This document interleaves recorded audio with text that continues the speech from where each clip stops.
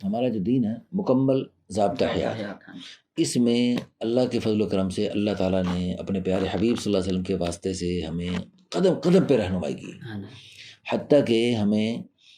یعنی wash room بیت الخلاء میں بیٹھنا کیسے ہے وہ بھی بتایا، میاں بیوی تنہائی میں خلوت میں کیسے ہوتے ہیں وہ سارے اس کی پوری ایک ایک قدم پہ رہنمائی کی ہے، زندگی کے ہر شعبے میں ہمیں بتایا، ہر چیز بتائی، کوئی چیز نہیں چھوڑی۔ تو جب اللہ رسول کی طرف سے ہمیں ہر چیز کی اس اپنے پیارے دین اسلام میں ہمیں رہنمائی ملتی ہے، تو یہاں پر اللہ پاک نے یعنی بچوں کی شادی کے سلسلے میں اللہ پاک کی طرف سے کیوں رہنمائی نہیں ملتی، نہیں دی گئی اور پابندی نہیں لگائی گئی کہ اس عمر میں بچے کی شادی کرنی اور اس عمر میں نہیں کرنی، پابندی نہیں لگائی۔ اس کا مطلب یہ جب ضرورت محسوس ہو تو شادی کر سکتے ہیں، یعنی بلوغت کے بلکہ اس میں بلکہ پابندی لگائی ہے کہ جلدی کرو، یہ پابندی لگائی ہے جلدی کریں۔ یا معاشر الشباب، اے جوانوں کی جماعت، من استطاع منکم الباء، جو شادی کے قابل ہو جائے فلیتزوج، جلدی شادی کر لے، فإنه اغض للبصر واحسن للفرج، اس سے نگاہیں جھک جائیں گی، شرمگاہ محفوظ ہو جائے گی۔ پھر والدین کو الگ دھمکی دی، حضور شفقت و رحمتوں کے باوجود، رحمت للعالمین ہونے کے باوجود دھمکی دے رہے ہیں والدین کو، اگر تم بچیوں کی شادیاں جلدی نہیں کرو گے تو بچوں کا گناہ تمہارے سر پہ۔ ادھر اتنی دھمکیاں آئی ہیں اور ادھر سے ہمارے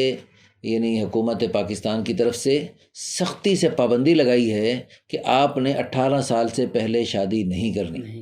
اور انڈیا میں بھی قانون کو 18 سال سے بڑھا کر 21 سال تک کر دیا گیا ہے۔ اب یہ کیوں پابندی لگ رہی ہے؟ یہ پابندی اس لیے لگ رہی ہے تاکہ ان بچیوں کو مخلوط تعلیمی اداروں میں بھیجا جائے۔ بھائی گھر میں فارغ کیا، میٹرک ہو گئی 12-13 سال میں، اس کے بعد انہوں نے 18 سال تک 20-21 سال تک کیا کرنا ہے، چلو مخلوط تعلیمی ہے۔ پھر ان کو ڈگریوں کی ایسی دوڑ لگاؤ، پاگلوں کی طرح ایسی دوڑ لگے کہ ان کو 30-35 سال کے بعد ہوش آئے کوئی شادی بھی کرنی ہے۔ یہ بھی ہمارے اسلام میں ایک تھا۔ اچھا، اس سے وہاں پر کیا ہوگا؟ اب وہاں رہتے ہوئے پھر وہ کیا کریں گے؟ مخلوط تعلیمی اداروں میں ہماری بیٹیاں، ہماری بہنیں ہیں جی، رنگ برنگے پروانوں کے ماحول میں ہیں جی، یہ تتلی برس ہا برس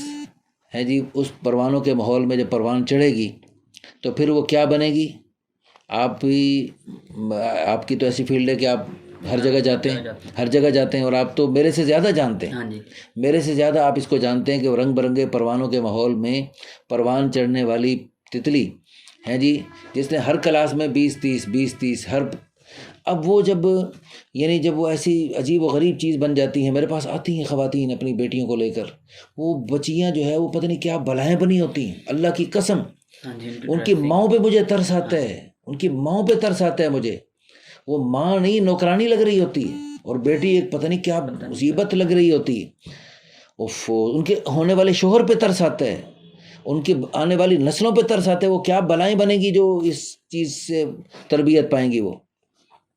اچھا، تو مجھے آج ہی صبح ایک صاحب سے اسلام آباد میں بات کرتے ہوئے مجھے ایک عجیب بات سامنے آئی، اس کی گھریلو کہانی بڑی عجیب و غریب تھی، قسم کی کہانیاں ہر روز سننے کو ملتی ہیں، جیسے آپ کی بہن کے ساتھ اللہ پاک آسانی کا معاملہ فرمائے، ہماری دعا ہے اللہ پاک ہر گھر میں خوشیاں عطا فرمائیں۔ اچھا، تو ان کی بیٹیاں شکر ہے ابھی چھوٹی ہیں، لیکن میں نے ان کو تاکید کیا اپنے بچوں کی شادیاں جلدی کرنی، انہوں نے الحمدللہ اس کو فوراً قبول کیا۔ میں نے اس سے بات کرتے ہوئے مجھے اسی وقت اللہ پاک نے ایک بات دل میں، مثال کے طور پہ ایک بات دل میں ڈالی۔ میں نے کہا دیکھو، مشرکین مکہ کے سامنے جب رسول اللہ صلی اللہ علیہ وسلم نے توحید کی دعوت پہلی دفعہ دی، صفا پہاڑ کے چڑھ گئے، اس وقت جو ہے نا مشرکین مکہ کے سامنے یہ توحید کی دعوت پہلی دفعہ دعوت تھی۔ اب وہ بتوں میں اتنے گھرے ہوئے اور بتوں کے اندر ایسے رچے بسے ہوئے کہ ان کے سامنے توحید کی دعوت عجیب بات تھی۔ یعنی وہ بیت اللہ شریف، جہاں پر مکہ میں بیت اللہ شریف میں 360 بت تو بیت اللہ کے اندر رکھے ہوئے تھے، اور باقی گھر گھر میں کتنے بت تھے۔ اس کفر و شرک کے ماحول میں رسول اللہ صلی اللہ علیہ وسلم نے توحید کی دعوت دی، یا ایھا الناس قولوا لا الہ الا اللہ تفلحوا، ارے انسانوں ایک اللہ کو مان لو، ایک اللہ کی مان لو، ایک اللہ ہی مشکل کشا، وہی حاجت روا، وہی بیٹے دینے والا ہے، وہی بیٹیاں دینے والا ہے، وہی بارش، لا الہ الا اللہ، کوئی الہ نہیں، کوئی حاجت روا نہیں، کوئی الا اللہ، ایک اللہ سب کچھ کرے گا، ایک ہی اللہ سب کچھ کرے گا۔ تو وہ جو مشرکین مکہ تھے ان کے سامنے توحید کی دعوت، توحید جو اتنی زبردست خوبصورت چیز ہے، اس خوبصورت چیز کی دعوت ان کے لیے بڑی عجیب لگی۔ ان بدبختوں نے کہا اجعل الآلہۃ الہا واحدہ، اتنے سارے خداؤں کا کام ایک خدا اکیلا کیسے کرے گا؟ ان ھذا لشیء عجاب، بڑی عجیب بات کر رہے ہو، یعنی عجیب نہیں، بہت عجیب، عجاب مبالغے کا صیغہ ہے، بڑی عجیب بات کر رہا ہے محمد، نعوذ باللہ، تبا لک یا محمد، اے محمد تیرے ہاتھ ٹوٹیں۔ اور وہ نعوذ باللہ گالیاں دینے لگ گئے اور برا بھلا کہنے لگ گئے اور لڑنے مرنے پہ اتر آئے۔ یعنی اتنی محبت کرنے والے، صادق امین کہنے والے، حضور کی ہر بات کا احترام کرنے والے، ان کے لیے یہ اتنی توحید کی اچھی بہترین بات، دنیا کا سب سے بڑا سچ ایک اللہ کر رہا ہے اور سارے اللہ کا غیر کچھ بھی نہیں کر سکتا، یہ دنیا کی سب سے بڑا سچ ان کو عجیب لگنے لگا۔ اب دیکھو نا، اللہ قرآن میں خود کہہ رہا ہے اگر ایک اللہ کے علاوہ بہت سارے الہ ہوتے لفسدتا، تو سارا نظام کائنات درہم برہم ہو جاتا۔ ایک اللہ ہے تو سارا نظام کائنات ٹھیک ٹھیک چل رہا ہے۔ تو ان جو ہے نا مشرکین مکہ نے اس کو فوراً ریجیکٹ کر دیا اور ان کو فوراً ان کو تسلیم ہی نہیں۔ تو جب وہ رنگ برنگے پروانوں کے ماحول میں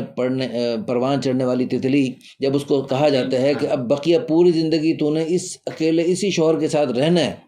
تو اس کو بھی بڑی وہ عجیب لگتی ہے بات، بڑی عجیب لگتی ہے بات۔ لا حول ولا قوت الا باللہ العلی العظیم۔ لیکن میں یہ نہیں دعویٰ کر رہا کہ ساری جو وہاں پر ان ماحولوں میں جاتی ہیں سب بگڑ جاتی ہیں، میرا یہ دعویٰ نہیں۔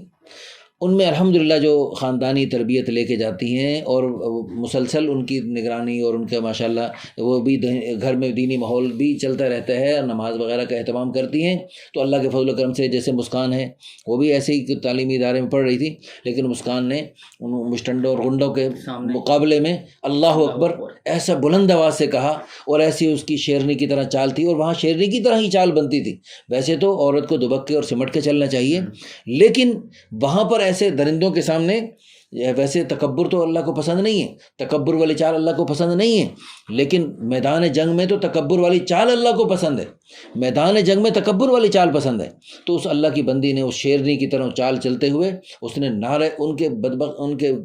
گندے نعروں کے مقابلے میں اللہ اکبر کا نعرہ پوری قوت کے ساتھ بلند کیا۔ تو ایسی بھی اللہ کی پیاری بندیاں ہوتی ہیں جو ایسے ماحول میں بھی اپنے آپ کو سنبھال کے رکھتی ہیں، لیکن ایسی بہت کم ہوتی ہیں، ایسی بہت کم ہوتی ہیں۔ ورنہ ایسا بھی دیکھا گیا کہ بالکل پورے حجاب میں آنے والی ہیں جی، یہاں لاہور کی ایک بڑی یونیورسٹی کا واقعہ دوست نے بتایا، بالکل پورے حجاب میں آئی، پورے مکمل حجاب میں آنے والی، لیکن تھوڑے ہی دنوں میں وہ حجاب اتر گیا اور جینز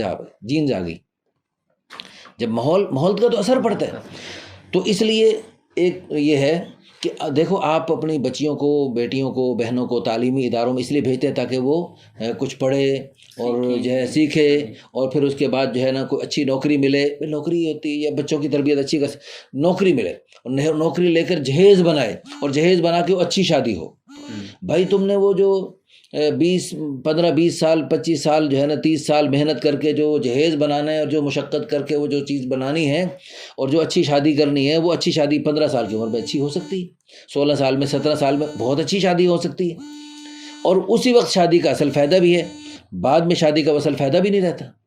شادی کا اصل دیکھو نا، پھول جو اصل اس کی قیمت ہوتی ہے وہ تازہ پھول کی قیمت ہوتی ہے، ڈبل روٹی جو اصل اس کی قیمت ہوتی ہے وہ تازہ ڈبل روٹی کی قیمت ہوتی ہے۔ جب وہ باسی ہو جائے پھول تو اس کو کون سر پہ سجاتا ہے؟ اس کو تو کوڑے میں پھینکا جاتا ہے، باسی پھول دیکھے نہیں کوڑے میں پھینکے ہوئے۔ تو اس طرح لڑکی جو ہے نا، لڑکا ہو لڑکی ہو، جو ابتدائی جوانی میں ہوتا ہے اسی وقت اس کی قیمت ہوتی ہے، اسی وقت اس کی شادی ہو جانی چاہیے، یہ اصل بہتر ہے، اور اس کے بعد جو ہے نا وہ پھر جو ہے نا بس گزارا کرنے والی بات ہوتی ہے۔ اللہ پاک ہم سب کو دین کی سمجھ نصیب فرمائے۔ اور دوسری بات یہ ہے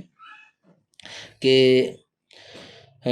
آپ کی بیٹی بہن تعلیمی ادارے میں ترقی کرتے کرتے کرتے کرتے پورا لاہور اس کو مل گیا، پورا پنجاب کی وہ بادشاہ بن گئی، پورے ملک کی ملکہ بن گئی بے نظیر کی طرح، پوری دنیا اس کے پاس آ گئی، آخر کب تک؟ مرتے بیکار ہو جائے۔